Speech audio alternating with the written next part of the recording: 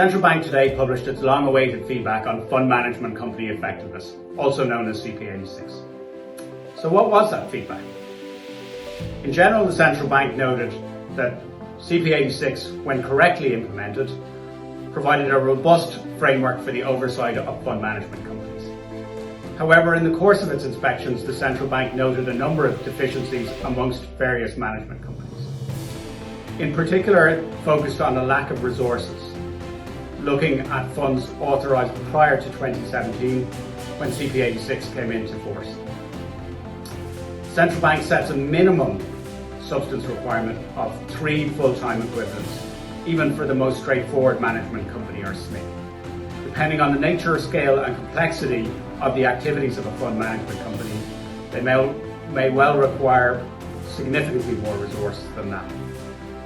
The central bank also focused on the role of the designated persons, those locally based individuals who are charged with overseeing the 6 managerial functions. The bank noted that they would expect those individuals to constructively challenge both their colleagues and also the delegates of the fund management company, including the investment manager, and the bank would expect to see evidence of that challenge. The central bank also looked at the oversight of delegates, in particular focusing on the reliance of the fund management company on the policies and procedures of delegates, in circumstances where those policies and procedures hadn't necessarily been reviewed in advance or on an ongoing basis, which is a requirement of the central bank. The central bank also looked at the importance of the role of the Director for Organisational Effectiveness. That individual should be a change leader in the eyes of the central bank.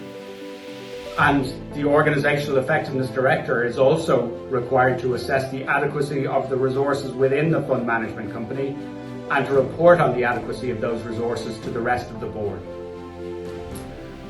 Speaking of boards, the central bank also looked at the governance arrangements in place at fund management companies. They noted that in 28% of circumstances, independent directors have sat on fund management company boards for 10 years or more. They also looked at the absence of gender balance on fund boards, noting that only 16% of fund management company directors were women. So what are the next steps?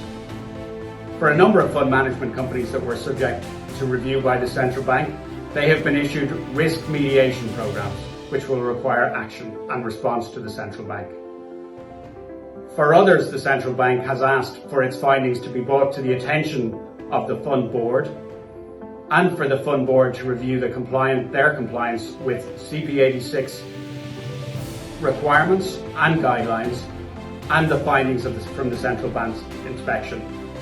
All fund management companies are required to put in place an action plan demonstrating how they will be in compliance with all of these requirements no later than the end of Q1 2021. That concludes our brief synopsis on CP86. For further details and to view the central bank's letter in full, please visit the CARN website, where we will also be publishing additional material on CP86 in due course. Thank you for your time.